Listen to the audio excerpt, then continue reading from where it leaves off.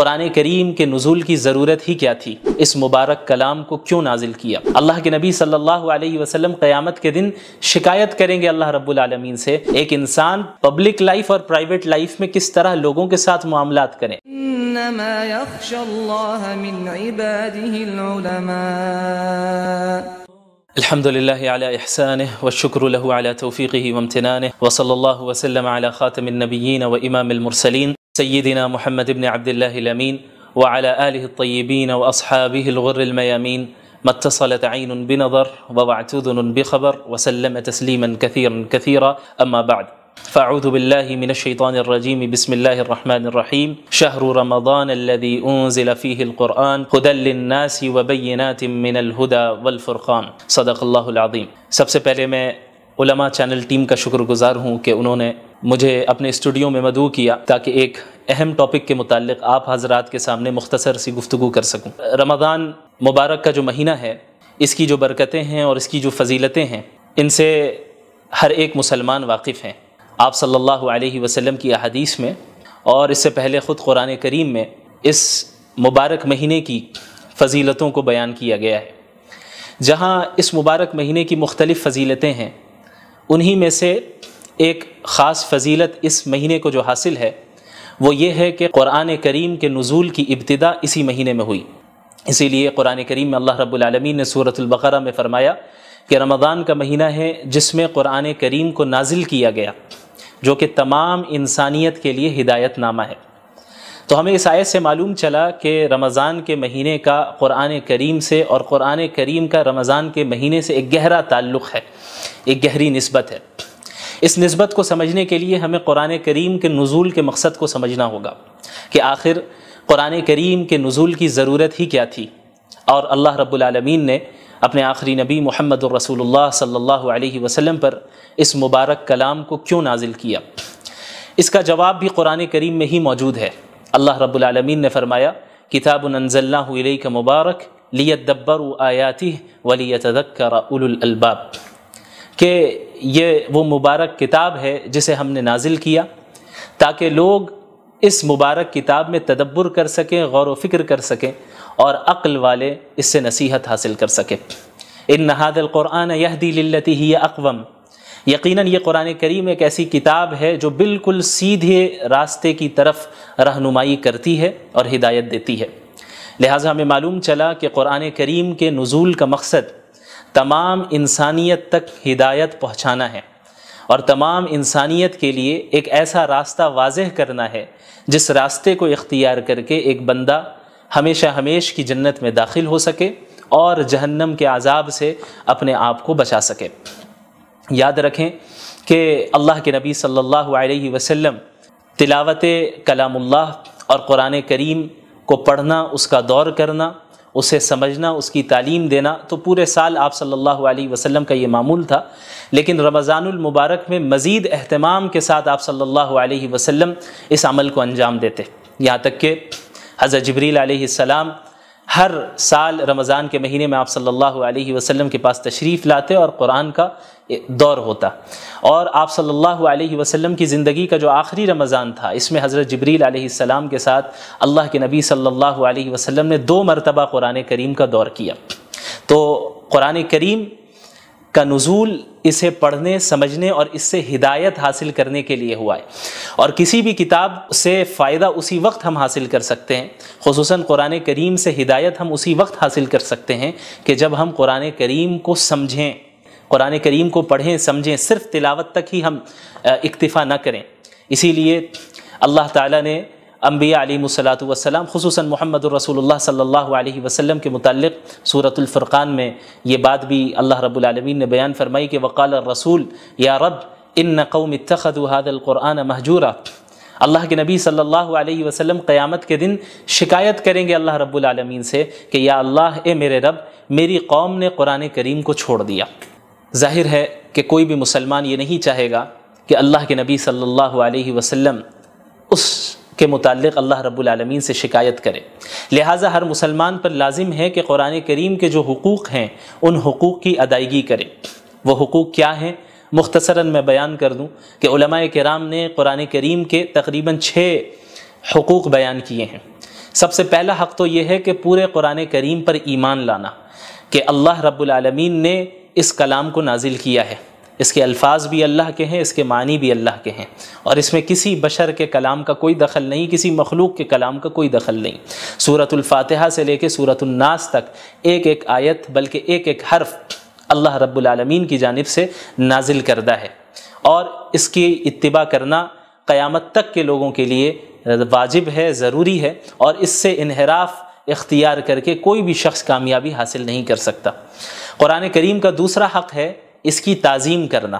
کہ چونکہ یہ ایک مقدس کتاب ہے، یہ اللہ کا کلام ہے، یہ کسی عام انسان کا کلام نہیں ہے، کسی مخلوق کا کلام نہیں ہے، یہ اللہ رب العالمین کے ڈیوائن ورڈز ہیں، یہ اللہ رب العالمین کے الفاظ ہیں، اس کے معنی ہیں، اس کی طرف سے نازل کردہ کلام ہے، لہٰذا اس کلام کی اس طرح تعظیم کی جائے جس طرح تعظیم کرنا رسول اللہ صلی اللہ علیہ وسلم نے ہمیں سکھایا ہے۔ اسی طرح قرآن کریم کا جو تیسرا حق ہے وہ قرآن کریم کی تلاوت کرنا ہے، چاہے قرآنی آیتوں کا مطلب سمجھ میں آ رہا ہو یا نہ آ رہا ہو، یہ ایک مستقل عبادت ہے، اور یہ ایک مستقل قرآن کریم کا حق ہے کہ ہم قرآن کریم کی تلاوت کریں، جیسا کہ قرآن کریم میں اللہ رب العالمین نے انبیاء علیہ الصلاۃ والسلام کی بعثت کے مقاصد کا ذکر کیا، رسول اللہ صلی اللہ علیہ وسلم کی بعثت کے مقاصد کا ذکر کیا، تو وہاں پہ اللہ کے نبی صلی اللہ علیہ وسلم کے متعلق اللہ نے فرمایا یتلو علیہم آیاتی، کہ وہ قرآن کریم کی آیتوں کو تلاوت کر کے سناتے ہیں، اس کی تعلیم بھی دیتے ہیں اور اس کی تلاوت بھی کرتے ہیں۔ تو تعلیم کو الگ ذکر کیا گیا اور تلاوت کو الگ سے ذکر کیا گیا، جس سے معلوم چلتا ہے کہ قرآن کریم کی تلاوت کرنا چاہے وہ سمجھ میں آئے یا نہ آئے، یہ ایک مستقل عبادت اور یہ قرآن کریم کا ایک مستقل حق ہے۔ اسی طریقے سے قرآن کریم کا جو چوتھا حق ہے اور بہت اہم حق ہے وہ ہے قرآن کریم کو سمجھنا،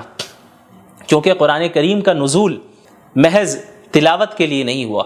قرآن کریم کا نزول محض رقیہ کرنے کے لیے نہیں ہوا، قرآن کریم کا جو نزول ہوا ہے وہ اس میں تدبر کرنے کے لیے ہوا ہے، جیسا کہ اللہ نے فرمایا کتاب انزلناہ الیک مبارک لیدبروا آیاتہ، کہ ہم نے اس مبارک کتاب کو آپ پر نازل ہی اس لیے کیا ہے تاکہ لوگ اس میں تدبر کریں، غور و فکر کریں۔ لہٰذا یہ ہر مسلمان کی ذمہ داری ہے کہ اپنے رب کے کلام کو سمجھیں، سیکھیں، اور خصوصاً رمضان المبارک میں قرآن کو پڑھنے، اس کی تلاوت کرنے اور اس کو سمجھنے کا اہتمام کریں، کثرت کے ساتھ کریں، چونکہ اس مہینے کا قرآن کریم سے بڑا گہرا تعلق ہے۔ اسی طرح قرآن کریم کا جو چوتھا حق ہے وہ ہے قرآن کریم پر عمل کرنا،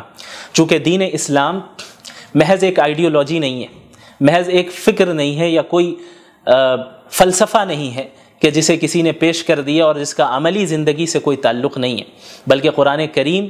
ایک پریکٹیکل زندگی گزارنے کی ہدایت کرتا ہے اور اس میں رہنمائی کرتا ہے کہ ایک مسلمان اپنی زندگی کو کس طرح گزارے، ایک انسان اپنی جلوت کو اور اپنی خلوت کو کس طرح گزارے، پبلک لائف اور پرائیویٹ لائف میں کس طرح لوگوں کے ساتھ معاملات کریں، اس کا اللہ کے ساتھ کس طرح تعلق ہو، اس کا اپنے نفس کے ساتھ کس طرح تعلق ہو، ان ساری چیزوں کے متعلق قرآن کریم رہنمائی کرتا ہے۔ لہٰذا یہ ضروری ہے کہ ہم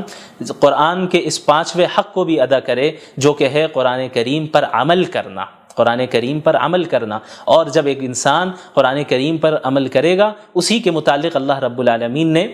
کامیابی اور نعمتوں کا وعدہ کیا ہے، جیسا کہ کئی جگہ آپ کو قرآن کریم میں اس کا ذکر ملے گا، ان الذین آمنوا وعملوا الصالحات، الذین آمنوا وعملوا الصالحات، جنہوں نے ایمان لایا اور جنہوں نے نیک اعمال کیے، یعنی قرآن کریم پر عمل کیا۔ لہٰذا عمل کرنا یہ قرآن کریم کا پانچواں حق ہے اور بہت اہم حق ہے۔ اسی طرح قرآن کریم کا جو چھٹا حق ہے جو کہ علماء کرام نے بیان کیا ہے، اور یہ بھی بہت اہم ہے، ان حقوق میں سے ہر ایک حق اپنی جگہ پہ اہمیت کا حامل ہے اور ان سب کو ادا کرنا ضروری ہے۔ جو چھٹا حق ہے قرآن کریم کا وہ ہے اس قرآن کریم کی تبلیغ کرنا۔ یا ایھا الرسول بلغ ما انزل الیک من ربک، یہ حکم سب سے پہلے اللہ رب العالمین نے محمد الرسول اللہ صلی اللہ علیہ وسلم کو دیا، اور محمد الرسول اللہ صلی اللہ علیہ وسلم کے واسطے سے تمام امت مسلمہ کو دیا۔ اللہ رب العالمین نے فرمایا کہ اے رسول، آپ کے رب کی طرف سے جو کچھ آپ پر نازل ہو رہا ہے اس کی تبلیغ کریں، اسے دوسروں تک پہنچائے، کیونکہ دین اسلام محض کوئی نسلی مذہب نہیں ہے، جس طرح یہودیت ہے جو کہ ایک نسلی مذہب ہے۔ قرآن کریم اور دین اسلام اس طرح نہیں ہے، دین اسلام کا دروازہ تو ہر ایک کے لیے کھلا ہے، جو بھی ایمان قبول کر لے، جو بھی اسلام میں داخل ہو جائے، جو بھی قرآن کو سچا کلام مان لے، جو بھی صحیح عقائد اختیار کر لے، اعمال صالحہ کرے، اس کے لیے جنت کا وعدہ ہے، اس کے لیے اللہ کی نعمتوں کا وعدہ ہے۔ تو یہ جو امت ہے، امت مسلمہ، یہ امت دعوت ہے، جیسا کہ سورۃ البقرہ میں اللہ نے فرمایا کنتم خیر امت اخرجت للناس، کہ تم وہ امت ہو جسے تمام انسانوں کے لیے نکالا گیا، محض مسلمانوں کے لیے نہیں، محض مخصوص خاندان کے لیے نہیں، محض مخصوص علاقے والوں کے لیے نہیں، للناس اللہ نے فرمایا کہ تمام انسانیت کے لیے اللہ رب العالمین نے اس امت کو بھیجا ہے۔ تأمرون بالمعروف وتنہون عن المنکر، کہ تم انہیں نیکیوں کا حکم دو اور برائیوں سے روکو، وتؤمنون باللہ، اور تم ایک اللہ پر ایمان رکھو۔ لہٰذا قرآن کریم کا یہ چھٹا حق ہے کہ ہم قرآن کریم کی تبلیغ اور اس کی اشاعت کریں، تمام اقوام عالم تک قرآن کریم کے پیغام کو پہنچائیں اور اس فریضے کو ادا کریں جو فریضہ اللہ کے نبی صلی اللہ علیہ وسلم کو اللہ تعالیٰ نے دیا، اور اللہ تعالیٰ کے نبی صلی اللہ علیہ وسلم نے خصوصاً حجۃ الوداع کے موقع پہ امت مسلمہ کو